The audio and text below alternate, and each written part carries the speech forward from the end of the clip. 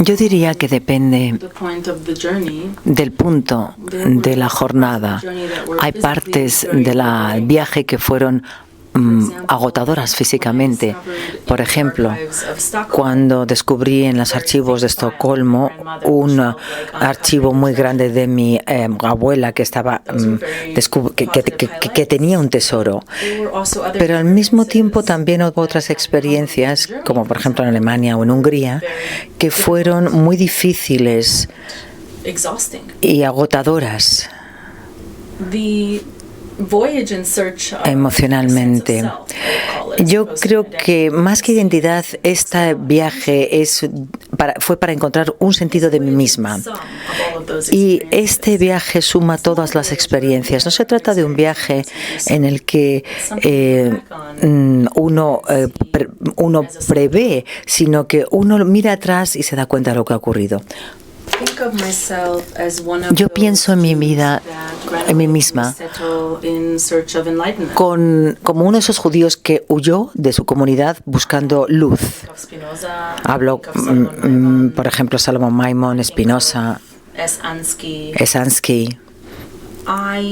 Esas son las figuras que me vienen a mente. Yo creo que hay una tradición de judíos como yo que rechazan una idea de identidad judía impuesta por la comunidad y que tratan de encontrarla por sí solos. Algo de forma que sea una identidad humana, constructiva. Yo no soy la única en mi generación que ha hecho esto. Por ejemplo, en Berlín hay muchísimos jóvenes judíos de todas partes del mundo que luchan y que rompen moldes y que en muchas ocasiones se entablan una lucha para romper esos moldes judíos porque quieren encontrar qué significa llamarse a uno mismo judío y qué quiere decir ser judío. ¿Qué opiniones y perspectivas deben representar? Deben de representarse en el mundo judío, porque hay mucha presión que impone una serie de posturas y opiniones políticas. Cada comunidad que tenga una comunidad fuerte va a tratar de presionar a cada persona que tenga una forma personal de afrontar todo esto. En Berlín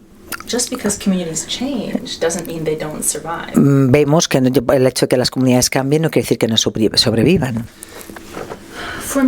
Para mí, ahora mismo, el significado de ser judía es algo que yo considero secundario a mi yo en el mundo.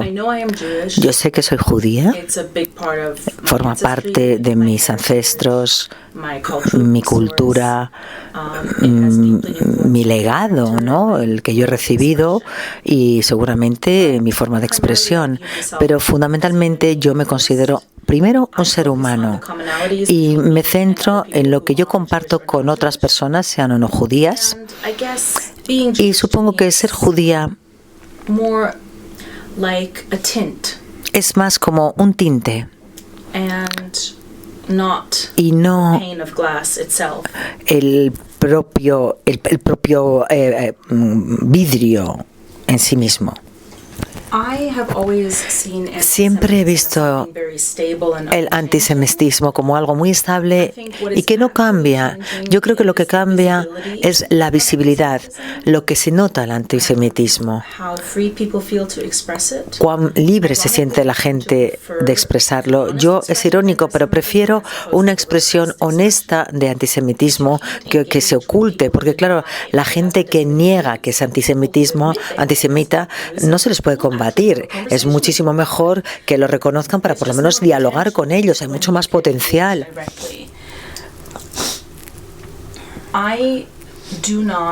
No sueño con un mundo en el que se haya purgado el antisemitismo, sino que más bien lo que creo es que haya un futuro en el que estemos equipados para poder combatirlo. No creo que sean conscientes. Creo que la mayor parte de la gente confunde a los judíos con los israelíes. Creo que los israelíes lo prefieren hablar en nombre de todos los judíos, sobre todo los poderes fácticos también, y no, los poderes. Y además muchas veces esto domina la conversación judía. Y también hay cierta tendencia a someterse a esto por parte de muchos judíos. Ahora bien, ha habido un influjo de judíos israelíes en la diáspora que están volviendo a la identidad de la diáspora. Quiero decir, yo creo que están empezando a mantener o a entablar una conversación muy interesante. Y creo que estos jóvenes que están inventándose la identidad judía moderna son muy interesantes y muy diversos. O sea que quizá la gente empiece a conocer todo el espectro de la experiencia judía pronto y de su expresión. Bueno, en primer lugar, tengo que decir que la primera vez que visité España, pues venía con mucha ilusión porque tenía recuerdos de la influencia de los judíos sefardíes en mi infancia. Mi abuelo leía libros escritos de rabinos sefardíes. También teníamos rituales sefardíes de oración. O sea que muchas comunidades askenazes, o que se denominan askenazes, descienden de los judíos sefardíes que salieron de España. O sea que pensé que sería una oportunidad para mí para conectarme más profundamente con un pasado más rico y antiguo. Pero cuando llegué aquí fue un poco todo lo contrario, porque todos los aspectos de la historia española se celebraban de una forma tan pomposa.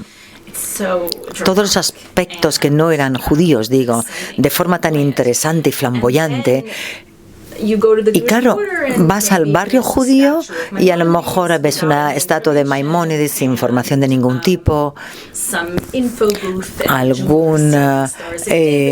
alguna información aquí y allá, las estrellas de David que se vendían, pero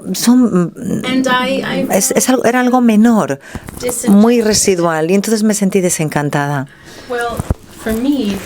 Para mí, personalmente, cuando investigué la historia de pensadores como Maimónides o Spinoza, que son pensadores muy distintos, lo que me impresionó es que realmente los judíos, el pueblo judío en Europa, sí que en ciertos momentos tenían una libertad suficiente para ser independientes intelectualmente. Y creo que esto acabó contribuyendo a la cultura europea de forma tal que ya no se puede distinguir. No se pueden separar las dos cosas. A mí me inspiró ver que eran personas solitarias, aisladas, pero muy reflexivos intelectualmente.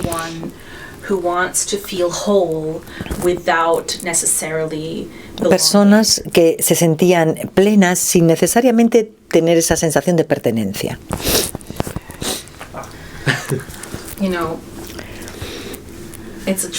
Es una pregunta complicada porque a menudo me decepciona y me turba el grado de pensamiento patriarca que permea el mundo judío, ya sea religioso o supuestamente liberal y laico. Son muy pocas las mujeres que tienen voz en el mundo judío, y cuando tienen esa voz, a menudo se las desprecia. Te sorprendería saber que la mayor parte de mis detractores son judíos liberales, seculares que consideran inconveniente que yo exista o que cuente mi relato, que señale cuáles son los problemas que tienen estas comunidades y que nos afectan a todos nosotros. Estaban más cómodos cuando tenían una idealización romántica de la ultraortodoxia posterior a la guerra y te pensaban en ese pasado idílico que no existe porque tiene una ideología nueva y radical que destruirá la visión laica y liberal del sueño judío. Sí, pero no son necesariamente personas famosas, sino personas que he ido conociendo a lo largo de mi vida. Personas como yo, por ejemplo, que abandonó estas comunidades, personas que tienen más años y son más sabias que yo y me han hablado de sus experiencias. Muchas de esas personas están en Berlín. He tenido la suerte de encontrar este nuevo tipo de judío que yo denomino así en Berlín. Una persona que vive su judaísmo en un espíritu de tolerancia, optimismo y que tiene un deseo real de afrontar las contradicciones, de arrostrarlas y que otras personas no quieren admitir que existen. Miedo y, por supuesto, un deseo de creer que todo va a funcionar mientras se mantenga el status quo. La alienación, el aislamiento, perder la conexión, el contacto con la familia, los amigos, la comunidad, no tener a nadie literalmente en mi vida, es como si uno hubiera dejado de existir. Necesitamos a los demás, que los demás sean testigos de nuestra existencia. No sabemos lo que nos necesitamos hasta que los perdemos, porque cuando los perdemos es como si fuéramos irreales y se tarda mucho en volver a crear una red social. En distintas formas. Creo que hubo un periodo en mi vida en el que descubrí que los escritores como Primo Levi, Yomalem Erbegatesh, que habían sobrevivido al Holocausto, eran esos, pero cuando los leí era como si mis abuelos me hablaran a través de ellos y me contaran toda la historia. Era como entrar en comunicación con la generación anterior. Y esto me impulsó en este viaje de descubrimiento. Pero también hubo una fase, justo después de abandonar mi comunidad, en la que abandoné durante un tiempo breve los libros porque me dolía y me dolió descubrir que aunque me hubiera ido y estuviera dispuesta a vivir mi vida, una vida auténtica, la mía, resulta que no había vida, no había historia, estaba fuera en un espacio como en el vacío. Y leer me recordó a mi infancia, a los sueños de infancia y al final me recordó que yo podía estar dentro de una historia y no fuera de ella. Me di cuenta, de todas formas, que para encontrar mi historia tenía que empezar a leer, pero no como antes, no como una fantasía, como un medio de escapar. Como una escalera una escala de estas que yo hubiera construido yo sola para ir subiéndola poco a poco. Utilicé los libros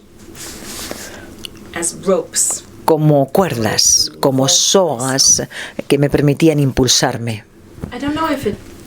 No sé si es la finalidad. Yo creo que yo lo que trataba de hacer con este libro es responder a los lectores que habían leído mi primer libro. Pero sí que pienso que el libro puede hacer que alguien se sienta menos solo si tienen que vivir y si tienen que abandonar todo lo que tenían antes y empezar de cero. Yo supongo que eso es lo que pretendo con este género.